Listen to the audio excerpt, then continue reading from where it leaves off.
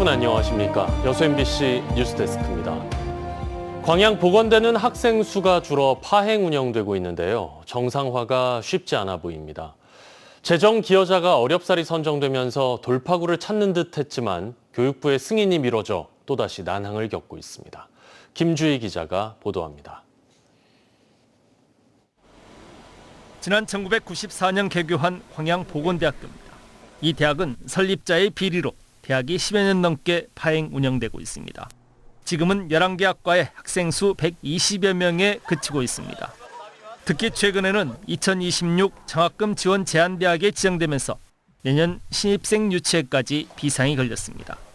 벼랑 끝 위기 상황에서 대학 측은 대학 정상화를 위해 지난 3월 공모를 통해 재정 기여자를 지정했고 지난 7월 교육부의 재정 기여자 승인 신청까지 모두 마쳤습니다. 하지만 이후 교육부의 승인 절차는 속도를 내지 못하고 있습니다. 대학 설립자의 교비 횡령 금액이 400억 원대에 이르고 있는데 현재 계획된 재정 기여자의 기여금 규모가 절반 수준에 불과하다는 이유 때문입니다.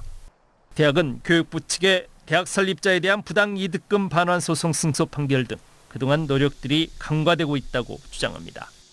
그러면서 그동안 지역사회가 대학 정상화를 위해 이룬 성과들을 더욱 면밀히 살펴줄 것을 촉구하고 있습니다. 판결문들을 다 살펴보면 설립자가 이 학교에 400억 원을 협력해갔지만 100억 원 이상을 다시 학교로 넣었다는 그 판결문 내용이 있습니다. 이 판결이 확정이 돼 있는데 불구하고 교육부에서는 그 판결문에 대한 내용을 이제 인용을 안 하고 있는 거죠. 광양시 의회도 최근 성명을 통해 교육부의 적극적인 승인 절차의 이행을 촉구했습니다. 광양보건대의 조속한 정상화만이 지역 소멸을 막고 전남권 의대 설립에 따른 상승 효과도 기대할 수 있다는 겁니다. 보건의료 이 인프라 구축에 있어서 크게 도움이 될 것으로 보고 서로 연계성이 좋다고 봅니다. 그래서 꼭 우리 보건대학교가 정상화되기를 희망합니다. 광양 지역 유일의 고등교육기관이면서 소중한 교육자산인 광양보건대. 대학 청산이라는 벼랑 끝 위기 상황 속에서 어렵게 찾은 정상화 방안이 실질적인 성과로 연결해낼 수 있을지 지역사회 이목이 집중되고 있습니다. MBC 뉴스 김주희입니다. 광주 전남에서 내일부터 2차 소비 쿠폰이 제공되는데요. 제외 인원이 20만 명에 달하는 것으로 나타났습니다.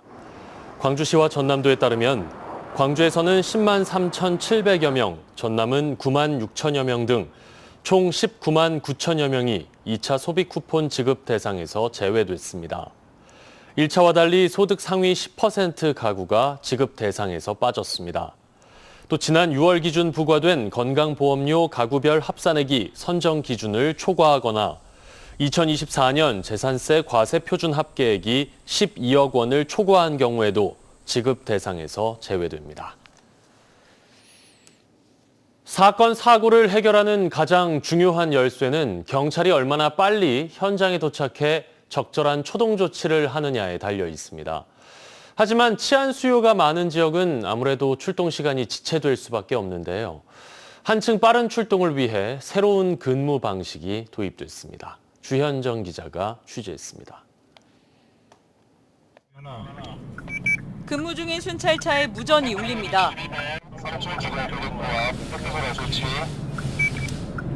또 200만 원 하나 쌍천주공 행패소랑 종발하겠습니다. 평소에도 행패소란 신고가 많은 지역. 신고 접수 즉시 순찰차가 현장으로 출동합니다. 경찰이 얼마나 빨리 현장에 도착해 적절한 초동 조치를 하느냐는 사건 해결의 핵심입니다.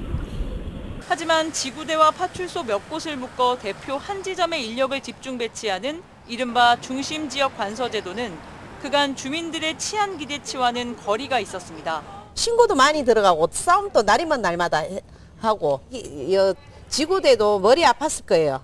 하루에 몇 번씩 출동하고 안 한다 해놓고 또 하고 그러니까. 실제로 광주 지역 112 신고 출동 도착 소요 시간은 2년 새에 43초나 늦어졌습니다. 주민이 체감하는 안전도는 전국 최하위권. 특히 광주 5개 자치구 가운데 서구가 사실상 가장 낮습니다. 순찰차 전용 거점 근무를 시도하는 배경입니다. 112 신고가 특히 많은 시각에 지구대가 아닌 이곳 거점 지역의 순찰차를 대기시켜 신고 즉시 현장 대응이 가능하도록 하겠다는 겁니다. 어린이 보호구역이면서 112 신고 건수는 많지만 신속 대응은 부족했던 도심 어린이공원이 시범사업지로 확정됐습니다. 작은 지구대가 시민분들 곁에 있다고 생각해 주시면 되고 저희가 신고 접수 시 신속히 출동할 수 있는 그런 배경을 마련했다고 생각해 주시면 감사하겠습니다. 광주 첫 시도로 경찰과 의회, 지자체가 모두 머리를 맞댔습니다. 주민들의 안전을 확보하는 방안으로서 인접해 있는 유관기관들이 서로 힘을 모아서 이런 조례가 만들어졌고 법으로 좀 강행 규정을 넣으면 좀 이 제도가 확산시킬 수 있지 않을까라는 생각에 신속한 현장 출동은 치안의 가장 기본. 광주 첫 순찰차 거점 근무가 밀착형 치안으로 뿌리내릴 수 있을지 관심이 모아지고 있습니다. MBC 뉴스 주현정입니다. 최근 전국적으로 초등생 유괴 시도가 잇따르면서 학부모들의 불안이 커지고 있습니다. 그래서 경찰이 등하교 시간 학교 주변을 순찰하는 등 방범 활동을 강화하고 있습니다. 김규희 기자가 보도합니다. 지난달 28일 오후 서울 한 초등학교 인근 차량에 탄 20대 남성들이 집에 데려다 주겠다면서 말을 걸자 놀란 아이들이 도망갑니다. 지난 8일에는 경기 광명시의 한 아파트에서 10대 남성 고교생이 귀가하던 여성 초등생 입을 막고 끌고 가려다 체포됐습니다. 미성년자 유인 발생 건수는 해마다 증가하고 있는 가운데 올해는 현재까지 240건을 넘어섰습니다. 상황이 심각하다고 보고 경찰이 특별 방범 활동에 나섰습니다. 오전 8시부터 9시까지 아이들이 등교하는 1시간 동안 학교 주변을 집중 순찰하는 겁니다. 학교 주변 거점 순찰하고 있고요. 그리고 CCTV 등 범죄 예방 시설물 안전점검도 하고요. 또 교통 안전 활동도 병행하여서 근무하고 있습니다. 경찰은 이렇듯 등교 시간은 물론 학교 시간에도 오후 1시부터 3시까지 학교 앞을 지킵니다. 유괴도 하고 또 뭐 고등학생들이 또 애들 납치도 하고 그래가지고 많이 걱정이 됐는데 이렇게 또 뭐 경찰 나오셔가지고 또 이렇게 지켜주시고 하니까 너무 안심이 되더라고요. 방과 후 학교나 돌봄 교실 등 취약 시간대에 안전 활동을 요구하는 목소리도 커지고 있습니다. 경찰이 우리 지켜주니까 좋아해요. 학교는 학년별로 뭐 방과 후 시간별로 다르니까 그때가 제일 더 위험할 것 같아요. 아이들이 학교 시간이 좀 더 안전했으면 좋겠어요. 학교에서도 어린이들을 대상으로 하는 대처 요령을 알리는 예방 교육을 강화하고 있습니다. 외출할 때 부모님께 꼭 허락받고 약속 받기, 약속하고 나가기, 또 연락 계속 주고 받는 거 뭐 이런 거. 낯선 사람 따라가지 않기 등등 이제 지도를 계속 하고 있습니다.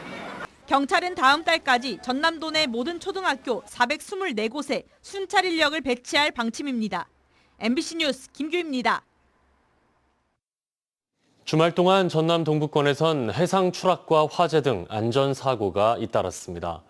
오늘 새벽 2시 10분쯤 여수시 종화동 하멜등대 인근에서 차박을 하던 30대 여성이 바다에 빠졌습니다. 여수해양경찰서에 따르면 해당 여성은 다리에 상처를 입었지만 건강에는 이상이 없는 것으로 나타났습니다. 같은 날 오전 10시 20분쯤 여수시 문수동의 한 농기계 판매소에서 불이 나 40여 분 만에 꺼졌습니다. 이 불로 인명피해는 없었지만 가게 내부의 기계 설비들이 모두 탔습니다. 소방은 전기적 요인에 따른 화재로 추정하고 있으며 정확한 화재 원인을 조사하고 있습니다. 어제 오후 5시 20분쯤 여수시 덕충동 신북항 건축공사 현장에서 가설 통로와 거푸집 일부가 내려앉았습니다.